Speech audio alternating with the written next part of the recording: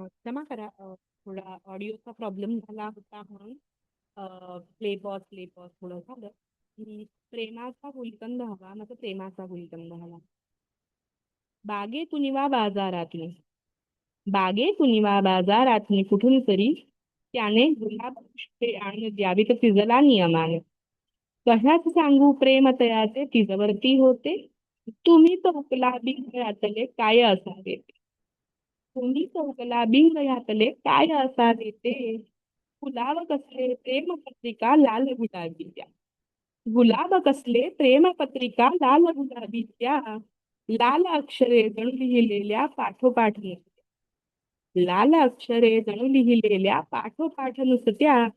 प्रेम देवता प्रसन्न होया नैवेद्याने. प्रेम देवता प्रसन्न होया नैवेद्याने. प्रेमाचे हे मार्ग गुलाबी जाणती नव्हते. प्रेमाचे हे मार्ग गुलाबी जाणती नवतरणे. कधी न त्याचा ती अवमानी फुलता नजरा. कधी न त्याचा ती अवमानी फुलता नजराणा. परीन सोडला तिने आपुला कधीही मुग्धपणा. परीन सोडला तिने आपुला कधीही मुग्धपणा. या मौनात त्यास वाटले अर्थ असावे खोल. या मौनातच त्यास असावे अर्थ वाटले खोल. कशाला प्रकट करी मग तोही मनातले बोल. कशाला प्रकट करी मग तोही मनातले बोल. अखेर थकला, अखेर थकला ढळली त्याची प्रेम तपश्चर्या. अखेर थकला ढळली त्याची प्रेम तपश्चर्या. रंग दिसेना खुलावयाचा तिची शांतचर्या. रंग दिसेना खुलावयाचा तिची शांतचर्या. धडा मनाचा करून शेवटी म्हणे तिला देवी. धडा मनाचा करून शेवटी म्हणे तिला देवी. तुझी आणखी विशेषणे तो गोंड सती जलावी. बांधित आलो पूजा तुझ मी आजवरी रोज. बांधित आलो पूजा तुझी मी आजवरी रोज. तरी न उमगशी अजून कसे तू भक्ताचे काज. गेंद गुलाबी मुसमुसणारे तुझला अर्पिले. गेंद गुलाबी मुसमुसणारे तुझला अर्पिलेले. सांग सुंदरी फुकट का सगळे गेले. सांग सुंदरी फुकट का सगळे गेले. तोच ओरडून त्यास म्हणे की आळ वृथा हा की. तोच ओरडून त्यास म्हणे की आळ वृथा हा की. एक पाकळी ही न दवडली तुम्ही दिल्यापैकी. हे बोलून त्याच पावली आत जाय रमण. हे बोलुनी त्याच पावली आत जाय रमणी. क्षणात घेऊन ये बाहेरी कसलीशी बरणी. क्षणात घेऊन ये बाहेरी कसलीशी बरणी. म्हणे पहा मी यात टाकले तुमचे ते गेंद. म्हणे पहा मी यात टाकले तुमचे ते गेंद. आणि बनवला तुमच्यासाठी इतका गुलकंद. आणि बनवला तुमच्यासाठी इतका गुलकंद. का डोळे असे फिरविता आली का भोवंड. का डोळे असे फिरविता आली का भोवंड. पोट घातले जरा चाखुनी गोड करा तोंड. क्षणैक दिसले तारांगण त्या परी शांत झाला. क्षणैक दिसले तारांगण त्या परी शांत झाला. तसाच भरणी घेऊन खांद्यावरी आला. प्रेमापायी भरला, प्रेमापायी भरला बोले भुर्दंड न थोडा. प्रेम लाभनच गुलकंद तरी कशास हा जवळा. याच औषधा पुढे तो कसा तरी जगला. याच औषधावरी पुढे तो कसा तरी जगला. हृदय थांबुनी कधीच ना तरी असता तो खपला. हृदय थांबुनी कधीच ना तरी असता तो खपला. तोंडा आंबले असेल ज्यांचे प्रेम निराशेने. प्रेमाचा गुलकंद तयानी चाखुनी हा बघणे. प्रेमाचा गुलकंद तयानी चाखुनी हा बघणे. आता तुम्ही विचार करत असाल की ही कविता मी इथे का सादर करते. तर प्रेम माणसाच्या मनातून उडून जाऊ नये.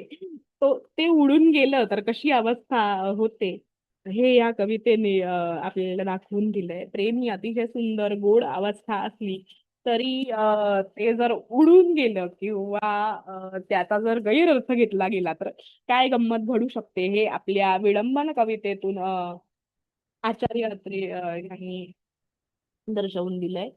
तर अशा प्रकारे मी अ, तुम्हाला प्रेमदिनाच्या पूर्वसंध्येच्या शुभेच्छा देऊ इच्छिते. लाईक करा, शेअर करा, सबस्क्राईब करा. प्रेम ही भावना संकुचित नसते. अ, एखादा सादरकर्ता आणि त्याचे दर्शक किंवा श्रोते यांच्यामध्येही प्रेमबंधच असतो. आई मुलामध्येही प्रेमबंधच असतो. प्रियकर प्रेयसीमध्येही प्रेमबंधच असतो. असं मानलं जातं की आजचा दिवस हा विशेष करून प्रियकर प्रेयसीमध्ये या आजचा म्हणजे आजपासून उद्या जो येईल आजची पूर्वसंध्या आहे. क्षमा. तर जो दिवस येईल तो प्रेमाचा दिवस प्रियकर प्रेयसी मधील प्रेमाचा आहे. पण जसं आपलं भारतीय दर्शन म्हणतं की प्रत्येक गोष्ट ही संकुचित नसते, त्यामुळे त्यातलेही वेगळे वेगळे आयाम आहेत.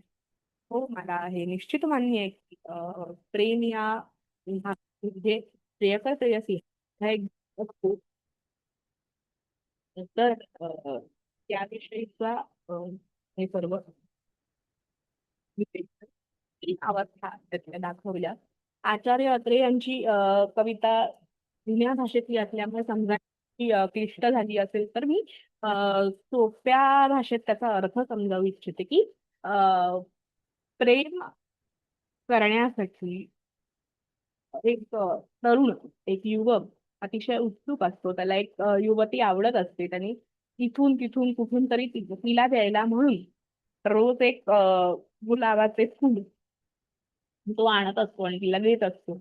ती सुद्धा शांतपणे ते घेत असते. त्यामागचा अर्थ समजून घेत असते. पण काहीच बोलत नाही आणि असे अनेक दिवस जातात. त्यानंतर तो थकतो, दमतो आणि तिला म्हणतो की बाई ग, तुला मी एवढे तो कारण तो तुला देवी असंच संबोधतो, त्यामुळे मी बाई ग असं म्हटलं. तर बाई ग, मी तुला एवढे गुलाब आणून दिले रोज, ते तू सगळे वाया घालवले. म्हणजे तू उत्तर देतच नाहीयेस माझ्या उत्तराची. माझं तुझ्यावर काही न बोलता ते घेऊन जात असते. त्यामध्ये तोही असं समजतो की तिचं त्याच्यावर प्रेम आहे आणि बोलत नाही. जे काही त्याला बोलायचंय ते त्याला वाटतं की ती समजून गेली, खरं ती समजून गेलेली असते. पण त्याचा अर्थ तिने वेगळा घेतलेला असतो.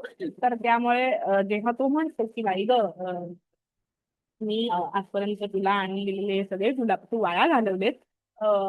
तर त्यावर ती म्हणते की नाही, हा आळ खोटा आहे. मी त्यातली एकही पाकळी वाया घालवली नाहीये. तर तो म्हणतो की असे कसे. त्याला अपेक्षित असणार की हो, माझंही तुझ्यावर प्रेम आहे, असं काही तुझेच नाहीये. म्हणून तो म्हणतो की वाया घालवलीस तू माझे सर्व गुलाब. तर ती म्हणते की नाही, हा आळ खोटा आहे. मी त्यातील म्हणजे गुलाबाच्या फुलातील एकही पाकळी वाया घालवली नाहीये. कारण आणि मग ती आज जाते आणि गुलकंदाची बरणी आणून त्याच्या समोर ठेवते आणि म्हणते की हा बघ, मी गुलकंद तयार केला आहे त्या गुलाबांचा. तर त्या औषधावर, त्या आशेवर तो जगतो. आता इथेही मला रूपकात्मकता दिसते की मी ते रूपक खूप छान वापरलं की त्या एका आधाराने तरी तो जगला नाही. त्याला एवढा भयंकर धक्का बसला होता. तो बहुतेक वर्गगमन झालं असतं त्याचं. तो बहुतेक निवर्तला असता, पण तसं होत नाही. तो त्याच आशेवर जगतो आणि तो म्हणतो की हा गुलकंद तर गुलकंद वाया कशाला घालवा. आणि तो तेच औषध घेत असतो. म्हणजे तो गुलकंद त्याचा आस्वाद तो घेत असतो. आता हे प्रख्यात्र्यांनी म्हटलंय तर ह्यात एक आशावादी दृष्टिकोन मला दिसतो की सफल झालात तरी तुम्हाला त्यातून काहीतरी शिकता येऊ शकतं. त्यामुळे तुम्ही प्रेम करूच नये असं नाही म्हणणार मी. नक्की करावं. अर्थात सर्वांनीच करावं आणि ज्यांना कोणाला त्यांची प्रिय व्यक्ती त्यांच्या आयुष्यात भेटली असेल त्या सर्वांना शुभेच्छा ज्यांना अजून भेटलेली नाही. त्या सर्वांसाठी सुद्धा शुभ आशा की तुम्हाला तशी व्यक्ती सापडू दे. मला पु ल देशपांड्यांच्या नाटकातला एक शेर इथे आठवतो. तुझ्यापासून नाटकातला आहे. मेहरबा होकर बुला लो मुझको चाहे जिस वक्त मैं वो गया वक्त नहीं जो फिर लौट के ना आ सके. आणि त्यात काकाजींचं जे पात्र आहे त्याने म्हटलंय की कोणत्याही भाषेत करावं पण प्रेम करावं. कारण मुळात प्रेम करणं ह्या प्रक्रियेतच मजा आहे. मग हे करायला व्यक्तीच लागते असं नाही. ते एखाद्या ध्येयावर किंवा इतर कोणत्याही गोष्टीवर होऊ शकतं.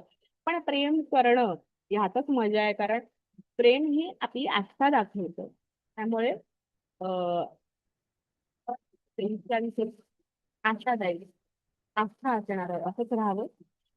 अं, तू प्रेम करत राहा, आनंदाने आयुष्य जगत राहा. आणि मी तुमच्या समोर अशाच वेगळ्या वेगळ्या कविता घेऊन येणार आहे. तर मी फार काही नटले वगैरे नाही, अशीच सामान्य वेशात तुमच्या समोर ह्या कविता सादर करायला बसली आहे. ह्याचं कारणही सांगते की प्रेम ही भावना अशी आहे ना की ती सुंदरच असते. त्यामुळे तिच्याविषयी बोलताना अं, काही विशेष आवडणं किंवा कोणत्या प्रसंगी वगैरे लागत नाही. त्यांची आवश्यकता नसते. असं मला वाटतं. त्या श्लोक घ्या. प्रेम करत राहा, प्रेम पकडत राहा. हा व्हिडिओ लाईक शेअर करा. चॅनलला सबस्क्राईब केलं नसेल तर सबस्क्राईब करा. आणि मी हाईटचं ऑप्शन शोधते. त्याचं बहुतेक काहीतरी टेक्निकल टर्म असतील त्या मी चेक करते आणि त्यानंतर हाईटचं ऑप्शन पण तुम्हाला दिसेल. तर तो दिसला की हाईट नसतील.